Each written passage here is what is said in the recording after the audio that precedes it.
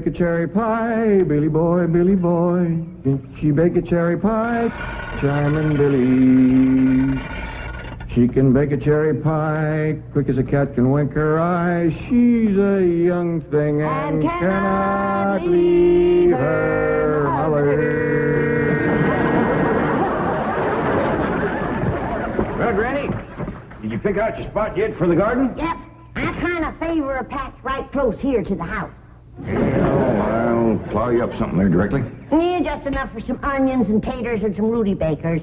And a few rows of corn. Paul? Morning, Granny. Paul, can I help you with the plowing and the spading? Well, Ellie, I'd rather you put on one of them pretty dresses that Miss Hathaway got you. But, Paul, I can plow better in these clothes. Plowing. You know, Ellie, I'd like you to wear one of them dresses kind of regular. Wouldn't you, Granny? You're mighty fetching in a dress, Ellie. Prettier than a tub of fresh churned butter. Paul, if I go to wearing them dresses, Jethro will make fun of me. I reckon he hadn't better. Now, you run along and put on something with skirts. All right, but he hadn't better make fun. He won't. You know, speaking of Jethro, I think he's got himself a sweetheart. The banker's secretary? That's right. They was out together last night. What'd they do?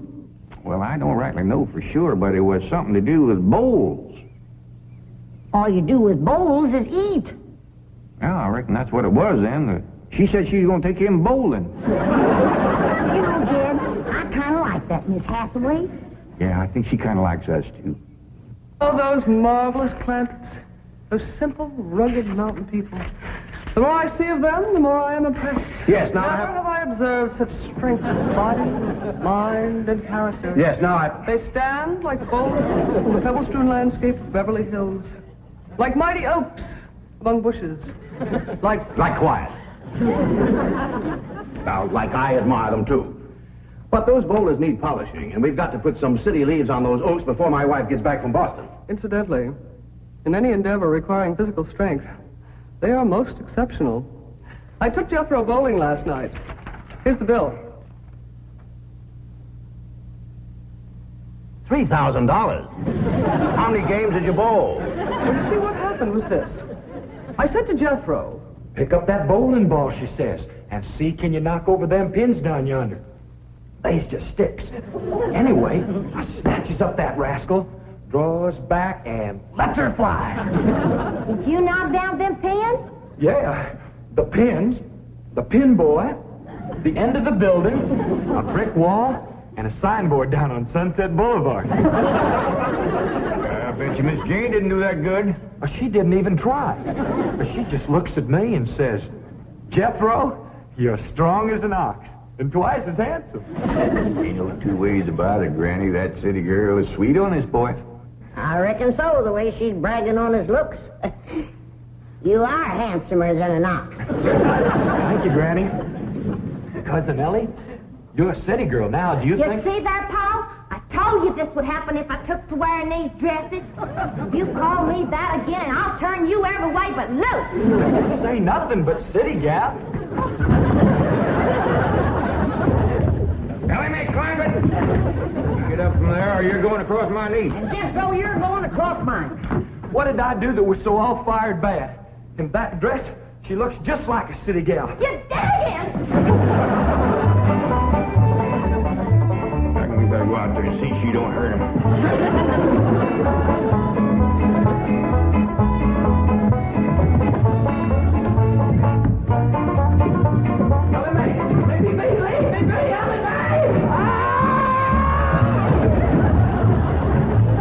Jethro, now that we're living in a city, you got to learn to use the steps.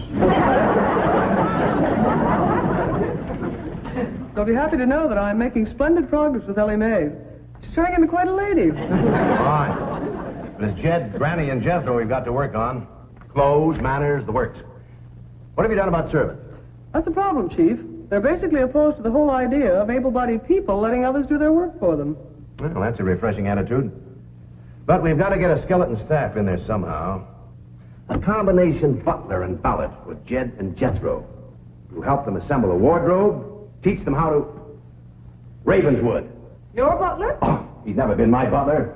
Came with my wife like an overweight dowry. Been in her family for years. And with Margaret in Boston, I can certainly spare him, plus her upstairs girl, Marie. I doubt if you can sell Mr. Clapperton the idea of servants. Get him on the phone. I'll make him think he's doing me a favor by taking him off my hands for a while. Right, Chief? She had not have thrown me down on my head like that. What if I'd have been carrying a frog in my hat? You ain't supposed to be wearing your hat in the house. Well, Granny, where's a fella going to carry a frog? They jump out of your pocket. Hello? Oh, howdy there, Mr. Drysdale. Glad to have you back from Boston. Your missus come with you? Oh, that's too bad. I know her and Granny'd hit it off like two sows in a mud waller. Yes, I'm sure they would. No recipes? No, my wife doesn't do much cooking. No, I doubt if she ever made grits and hog jows. Well, how about mustard greens and possum belly? No fooling. Pone and squirrel shank? Boiled chicken hog. Well, say, she don't do much cooking, does she? No. Well, the reason I called Mr. Clampett is I have a butler. Well, he really belongs to my wife's family, but he's been with us ever since we were married. And I was wondering if you'd let him come and stay with you for a while. You mean board with us? Well, I guess you could call it that. Who's going to board with us? Just a minute. Some kin of Miss Drysdale named Butler. Oh, why, we be just... That's that no good fat rascal that wouldn't let Ellie and me in to help Miss Drysdale when she was sobering up. Hello? Granny was talking at me, but she's done now. Oh, no, she ain't. Just a minute. Granny, let me hear the man out, and then we can talk it over. Yes, sir, Mr. Drysdale. I'm a listening now. Well, in addition to Ravenswood, he's the butler, you can also have my wife's upstairs girl, Marie. Margaret may be away for some time, and I have absolutely no use for him. Well, I sure would like to oblige. Me and Granny will talk it over, and I'll call you. Oh, thank you. You'll be doing me a great favor. I was glad to help out when I can. Thank you again, Mr. Clampett, and goodbye.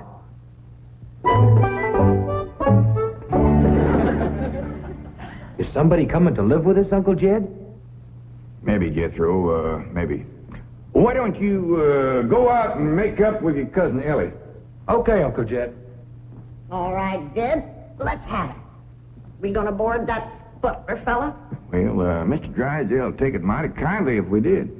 He says he ain't got no use for him. I don't like him myself. Granny, you only met him once? Once was enough. I asked him real nice. I said, are you doing for Miss Drysdale that she's feeling poorly? Are you doing the washing and the scrubbing and the cleaning for her? And he looks right down his nose at me and says, Madam, I am a butler. I reckon he is proud of his name. Kind of fancy. Ravenswood Butler. I don't care if it's Stonewall Jackson. And I think Mr. Drysdale has a lot of gall to ask us to take his wife's kinfolks off his hands. Well, now, I'm mighty beholden to him. You know he's keeping my $25 million in his bank, and he ain't charging me one penny to do it. That's his business. You didn't ask him to do it. Well, now, Granny, if it was just Mr. Butler, I might agree with you, but there's a sad side to the story, too. What's that? Well, you've heard of Mr. Drysdale speak of his stepson? That's his wife's boy by her first marriage? The one they called Sonny? Yeah. Well, it seems she's got a girl, too. And there must be something wrong with her. What?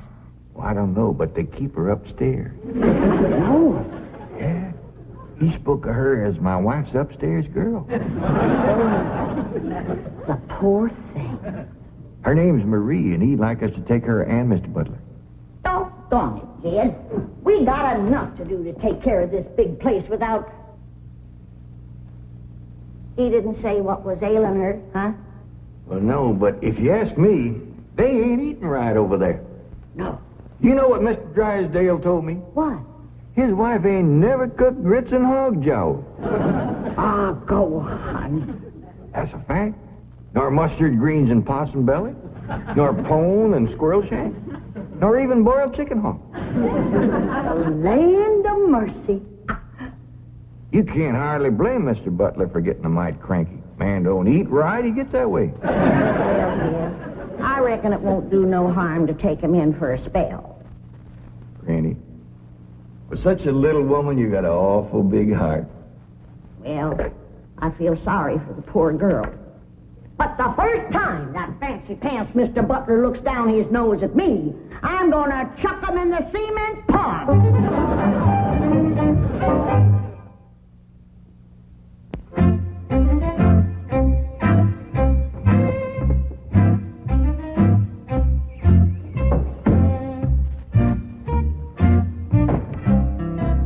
Now, I'm doubling your salaries for the length of time you stay at the Clampett home. But if one word of this gets back to my wife in Boston, you're both out of work with no references.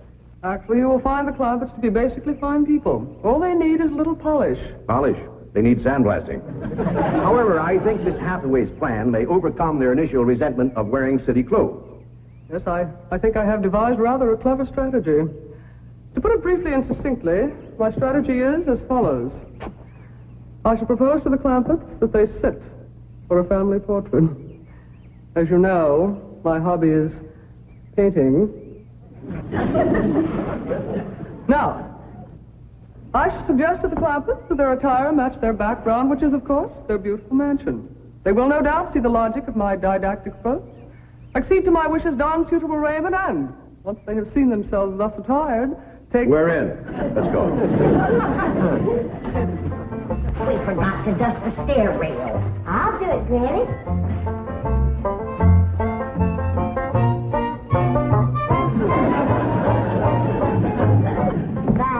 Wearing boys' clothes does come in handy sometimes. Hi, Ginger Granny. I think we got her all spick and span for the company. They ain't a speck of dirt, no place. Can I go swimming now? Me too? As soon as we help Granny clean up the kitchen.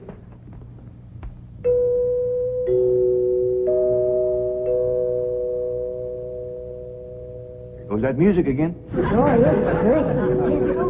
You ever find out where that comes from? Know 'em, Granny.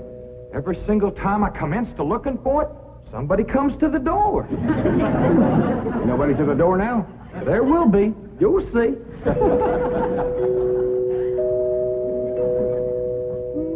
Doggies, that's nice.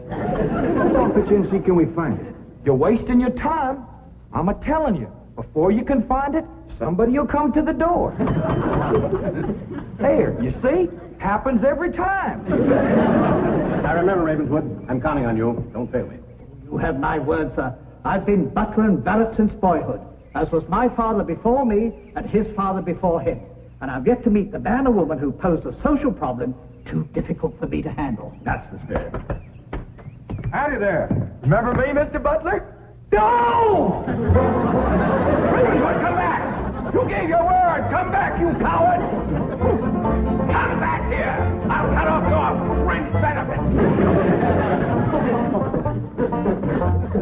Ravenswood probably forgot something. He'll return shortly. Meanwhile, this is Marie. This is Drysdale's upstairs girl. Marie, J.D. Clampett, Howdy. Jethro Bodine, Ellie Mae Clampett, and Grandma Clampett.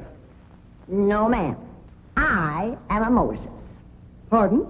Granny's related on my wife's side. They's the Moses family from Tennessee.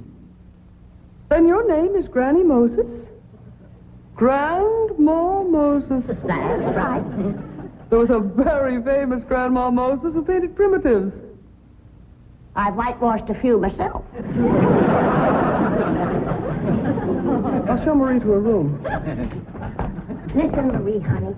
Over here, you've got the run of the house. You don't have to hide upstairs.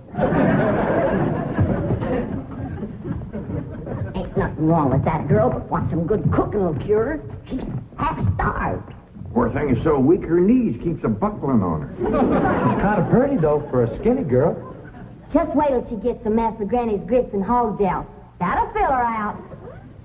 Till I'll get some of cooking. Guess that butler fellow will be coming back directly. Oh, and Granny, can we have some of that salted down possum belly that Ma sent us? Well, I reckon it is kind of a company meal. Granny, open up a jar of them pickled crow gizzards. Now, Jed, we don't want to spoil these folks. They might get to thinking we eat like that every day. Baby, will you do something nice for me? Sure, Pa. Will you go get into that pretty dress again?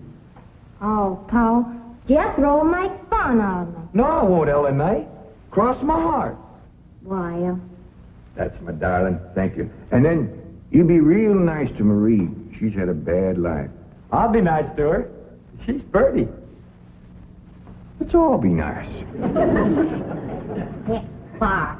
I wanted to go swimming. Now I gotta go put on an old dress. Cousin Ellie, you look awful pretty in a dress. Honest you do. Do I look pretty in that there city girl? You look prettier than that there city girl. That did it. Come on and fight.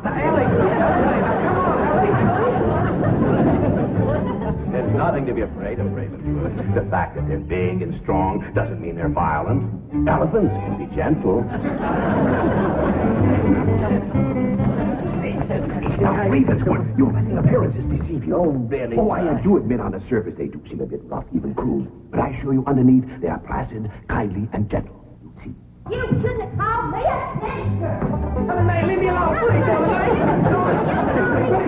City girl.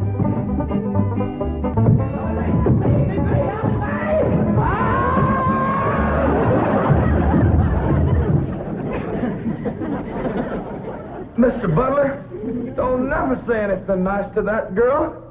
She'll kill you. Come back here! Coward! Come back! You promised! I found her granny when Mr. Drysdale said he didn't have no use for Mr. Butler. He sure wasn't fooling. I just seen him cut through the brush chasing him with a stick. If Mr. Butler gets sassy with me, I'll chase him with more than a stick. Jan, Ellie throwed me down on my head again. If she don't stop that, I'm gonna get a headache. Stop riling her, Jethro. But golly, all I said was she's pretty. That ain't no call to bust a fellow's head. How you doing? Oh, howdy, Marie. Hi, Marie. Are you hungry, darling? No, madame. I'm whooping up something here that'll just set your mouth to watering. Put some strength in your limbs, too. Tell her what it is, Granny. A great big mess of grits and hog jowls. And salted down possum belly. Cold pickled crow gizzards. How you like that? Don't tell me that child ain't hungry. Why, she's ready to drop in her tracks. Set her at the table and I'll dish up a mess. No, please. I only came in to bring you a message from Miss Hathaway. She's preparing to paint a family portrait, and she wishes to know if you all will sit for her. May I tell her that you will sit for her? Well, yeah, I reckon we'll do that. Merci.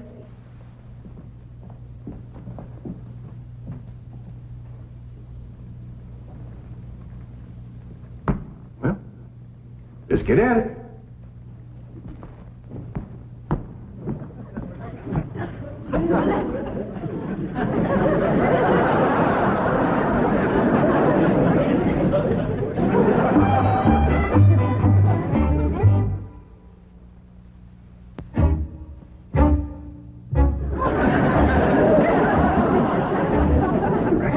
To talk while we're sitting? Yeah, I reckon. I found out something about Marie. What? She's scared of Mr. Butler. How'd you know? I asked her to go swimming with me, and she says he wouldn't allow it. What business is it of his? That's what I said. And she says he's a butler, and I'm just an upstairs girl. And I got to do whatever he says. We'll see about this. Oh, dingies. Let's hit Mr. Drysdale, find him, and give him a whooping. Oh, kitchen granny. Oh, Ellie, you go put a dress on like you promised. Uncle Jed, I'm going swimming. If I see him, I'll fetch him in. Don't go jumping in with your clothes on again. Well, I won't, Uncle Jed. Miss Hathaway, she gave me a present last night.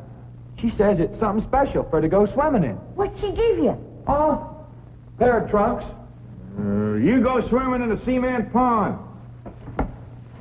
Boy, it's too big to go swimming in a trunk. Ed, In a pair of them. I got a feeling that Mr. Butler feller is going to be trouble.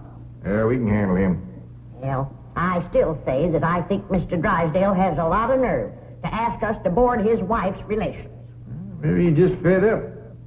Man can get awful tired of having his wife's kin underfoot all the time.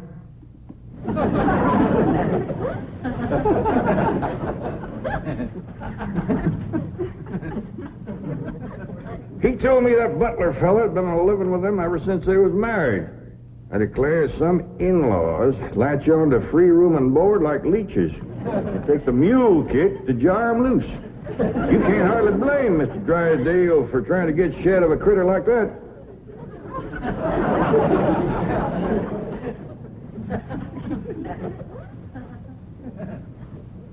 Is that the way you feel? You bet it is. I'll see how fast I can get packed.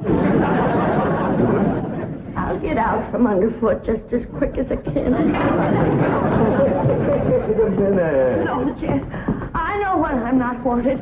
It don't take no mule kick to get shed of me. Darnation, Granny, I wasn't talking about you. We couldn't get along without you. No, Jeff. I'm just a burdensome old woman. No good to nobody. Why don't you throw me down the well? Go ahead, pick me up, carry me out to the well, and throw me in. Stop talking like that. Uncle Dan! Uncle Dan, look there! I caught him. Mr. Drysdale, he gave out, but I caught this fat little rascal. What are you doing? You going to whip me, Granny? No, Jethro. I'm going to get thrown down the well. Why don't you throw us both down the well together? But just no good leeching both. Mr. Butler, I'm sorry Jethro got mighty rough with you. He don't mean no harm. He's just an overgrown boy. Now, we's all mighty pleasure to have you come and stay with us, and as long as you behave yourself, won't be no trouble. Oh, I'm Jed Clampett. Sir. This here's Granny. I reckon you and Jethro done met. Yeah. Sir. Oh, and this here's my daughter, Ellie Mae. Enchantée, mademoiselle. Vous êtes très belle, très charmant, très ravissant. Don't you dare use them kind of words to a lady. What do you say, Granny? I ain't sure, but it sounded dirty. Said your daughter was pretty and charming. Oh, you're so different from all the others. You're like a beautiful city girl. He had not have said that. Oh, Marie, Oui, Miss Jane. didn't you say the Clampetts had agreed to sit for their portrait? Oui, they said they would do it. What is it? I believe it to be self-preservation, madam. No!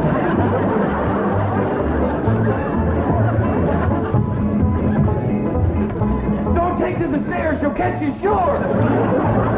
Say now, let me go, now, really! No! Sounds like Ellie got him. Afraid so. Could somebody please tell me what is transpiring in the... Dad! Ellie throwed him all right, but I caught him before he hit the floor. So here you are. Well, now, everything seems to be fine. You see, Ravenswood, didn't I tell you the Clampetts were kindly, gentle people? Yes, sir. Thank you, sir.